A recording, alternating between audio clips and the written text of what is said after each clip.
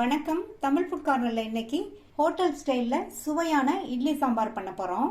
இந்த சாம்பாரில் ஸ்பெஷலாக ஒரு பொடி வறுத்து அரைச்சி சேர்த்துருக்கிறதுனால ஹோட்டலில் சாப்பிட்ற மாதிரியே சுவை ரொம்ப அருமையாக இருக்கும். இந்த பொடியை நம்ம ரெடி பண்ணி வச்சுக்கிட்டோம்னா தேவைப்படும் போது இந்த இட்லி சாம்பாரை நம்ம டக்குன்னு ரெடி பண்ணிடலாம். நான் இன்னைக்கு மினி இட்லியோட சர்வ் பண்ணியிருக்கேன். இப்போ எப்படி பண்ணுறதுன்னு பார்க்கலாம். ஃபர்ஸ்ட்டு நம்ம சாம்பார் மேல் பொடி ரெடி பண்ணிடலாம். ஸ்டவ்வில் ஒரு பேன் போட்டு சூடு பண்ணியிருக்கேன். அதில் 3/4 கப்பு கொத்தமல்லி விதை, இது 75 கிராம் இருக்கும். இதை இந்த பேனில் சேர்த்துட்டு இந்த மல்லியை மிதமான தீயில வச்சு கருகிராம வாசனை வர வரைக்கும் வறுத்துக்கணும். கைவிடாமல் வறுத்து மல்லி நல்ல வாசனை வந்துடுச்சு. இதை வேற ஒரு பிளேட்டுக்கு மாற்றி வச்சிடலாம். அடுத்து இதே பேன்லேயே 2 டேபிள் ஸ்பூன் கடலைப்பருப்பு, இந்த கடலைப்பருப்பு 25 கிராம் இருக்கும். 2 டேபிள் ஸ்பூன் துவரம்பருப்பு, இந்த பருப்பும் 25 கிராம் இருக்கும். 1 டேபிள் ஸ்பூன் உளுந்தம்பருப்பு, இந்த பருப்பு ஒரு 15 கிராம் இருக்கும். இது எல்லாத்தையும் நல்லா வாசனை வர வரையும் கருகிராம வறுத்துக்கணும். பருப்பு பொன்னிறமாக வறுபடணும், அது வரையும் வறுத்துக்கலாம். எல்லா பருப்புமே நல்லா பொன்னிறமாக வறுபட்டுருச்சு. இதையும் நம்ம ஏற்கனவே வறுத்த மல்லியோட சேர்த்து வச்சிடலாம். அடுத்து அதே கடாயிலே 2 டீஸ்பூன் சீரகம் சேர்த்துக்கலாம். இந்த சீரகமும் நல்லா சூடேறி வறுபடட்டும். நிதானமான தீயில வச்சு வறுத்துக்கங்க. சீரகமும் நல்லா வறுபட்டுச்சு. இப்போ ஸ்டவ் ஆஃப் பண்ணிட்டு இதில் 1/2 டீஸ்பூன் பெருங்காய பவுடர் சேர்த்துக்கலாம். ஸ்டவ் ஆஃப் பண்ணிட்டே சேர்த்துக்கங்க. கடாயோட ஹீட்லேயே இது நல்லா வறுபட்டுரும். வறுத்த மல்லி பருப்பு எல்லாம் நல்லா ஆறிடுச்சு. இதை மிக்சி ஜாரில் சேர்த்துக்கலாம். இது கூட கடைசியாக வறுத்த சீரகத்தையும் பெருங்காய பவுடரையும் சேர்த்துட்டு நல்லா நைஸ் பவுடராக அரைச்சிக்கலாம். நைஸாக அரைச்சாச்சு. சாம்பார் மேல் பொடி ரெடி ஆயிடுச்சு. நம்ம பண்ண போகிற சாம்பாருக்கு இதிலேருந்து கொஞ்சம் தான் எடுத்து யூஸ் பண்ண போகிறோம். மீதி உள்ள பொடியை ஒரு ஏர்டைட் கண்டெய்னரில் போட்டு மூடி வச்சிட்டோம்னா 2 மாதம் வரைக்குமே கெட்டு போகாமல் நல்லாயிருக்கும். நம்ம தேவைப்படும் போது யூஸ் பண்ணிக்கலாம். இட்லி சாம்பார் பண்ணுறதுக்கு வாஷ் பண்ண 75 கிராம் துவரம்பருப்பை இந்த குக்கரில் சேர்த்துட்டு இது கூட 1/4 டீஸ்பூன் மஞ்சள் தூள், 1/4 டீஸ்பூன் பெருங்காய பவுடர் சேர்த்துட்டு பருப்பு முங்குற அளவுக்கு தண்ணி சேர்த்துக்கலாம். நான் 1 கப் தண்ணி சேர்த்துருக்கேன். ஒரு சின்ன பீஸ் பரங்கிக்காய் கட் பண்ணி வச்சுருக்கேன். அதை இது கூட சேர்த்துக்கலாம். இந்த பரங்கிக்காயை மஞ்சள் பூசணி, சக்கரை பூசணி, அரசாணிக்காய் இந்த மாதிரிலாம் சொல்லுவாங்க. இந்த மாதிரி பருப்போடையே இந்த காயை சேர்த்து வேக வச்சிட்டோம்னா சாம்பார் ரொம்ப டேஸ்டாக இருக்கும். நல்ல ஒரு தடவை கலந்து விட்டுடலாம். இந்த பருப்போடு சேர்ந்து இந்த காயுமே நல்ல குழைய வெந்துடும். மூடி போட்டு ஸ்டீம் வந்ததுக்கப்புறமா வெயிட் போட்டு மீடியம் ஃப்ளேமில் 5 விசில் வேக வச்சுக்கலாம். 5 விசில் வந்துருச்சு.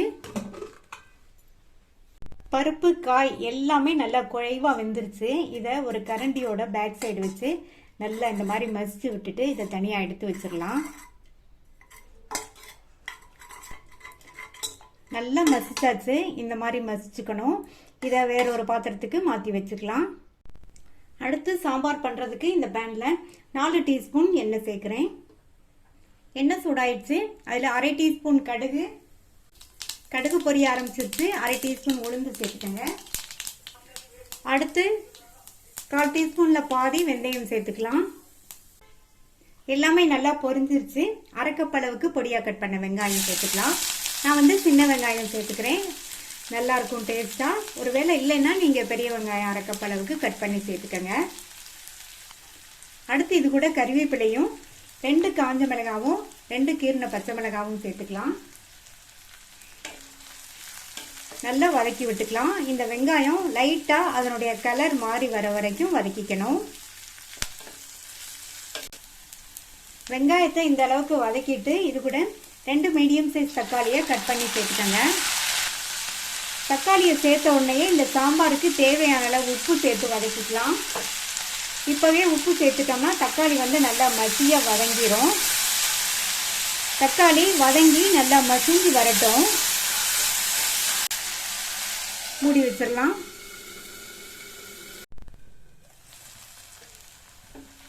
தக்காளி எல்லாம் நல்லா மசிஞ்சிருச்சு. அடுத்து இது கூட 2 டீஸ்பூன் தனி மிளகாத்தூள், 1 டீஸ்பூன் கொத்தமல்லி தூள் சேர்த்துட்டு நல்லா ஒரு தடவை கலந்து விட்டுறலாம். இது ஒரு 2 நிமிஷத்துக்கு அப்படியே இருக்கட்டும். அதனுடைய பச்சை வாசனை எல்லாம் போகட்டும். இப்போ 2 நிமிஷம் ஆச்சு. நம்ம வேக வச்சு மசிச்ச பருப்பு இதில் சேர்த்துட்டு கூடவே தண்ணி சேர்த்துக்கலாம். இந்த சாம்பார் வந்து கொஞ்சம் நீர்க்க இருக்கணும். அதனால தண்ணி கொஞ்சம் அதிகமாக தான் சேர்க்கணும். நான் 2 கப் அளவுக்கு தண்ணி சேர்த்துருக்கேன். அடுத்து இது கூட ஒரு கோலிக்குண்டு சைஸ் அளவு புளியை 1/4 கப்பு தண்ணியில் கரைச்சி வடிகட்டி வச்சிருக்கேன். அதை சேர்த்துக்கலாம். இந்த சாம்பாருக்கு புளிப்பு கொஞ்சம் கம்மியாக இருந்தால் தான் நல்லாயிருக்கும். இப்போ இதை நல்லா கலந்து கொடுத்துடலாம்.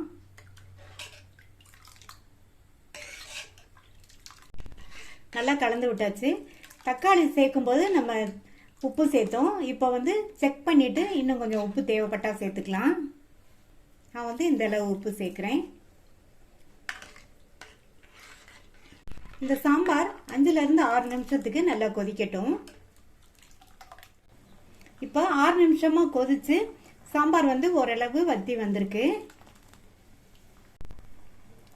இதில் கடைசியாக நம்ம பவுடர் பண்ணி வச்சோம் இல்லையா சாம்பார் மேல் பொடி, அதை 3 டீஸ்பூன் அளவுக்கு சேர்த்துக்கலாம்.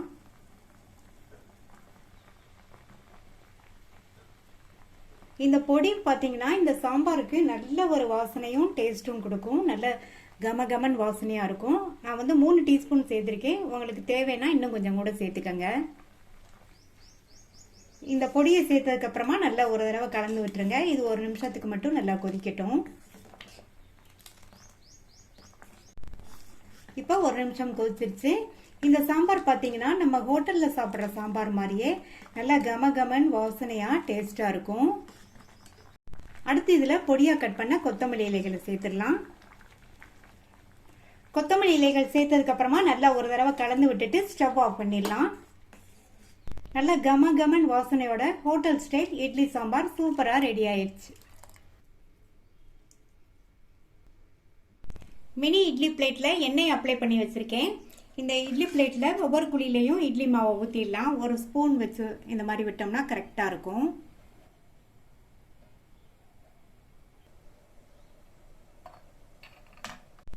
மூணு பிளேட்லையும் ஊற்றி வச்சாச்சு.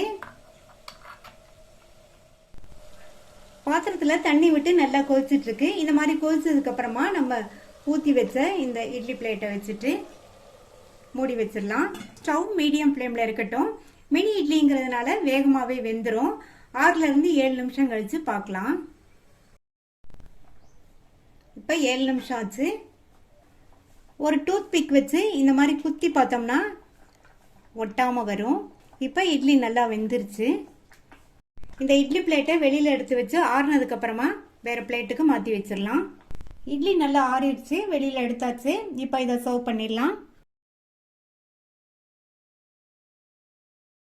இப்போ இதில் சுட சுட சாம்பார் ஊற்றிக்கலாம்.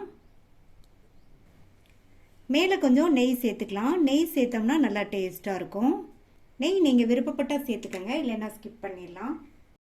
இது மேலே பொடியாக கட் பண்ண கொத்தமல்லி இலைகளை கொஞ்சமாக சேர்த்தோம்னா நல்லா கமகமன் வாசனையாக இருக்கும். இட்லி சூடான சாம்பாரில் ஊறி நல்லா சாஃப்டாக இருக்குது. நீங்களும் இதை ட்ரை பண்ணி பார்த்துட்டு உங்கள் கமெண்ட்ஸை சொல்லுங்கள். தேங்க்யூ.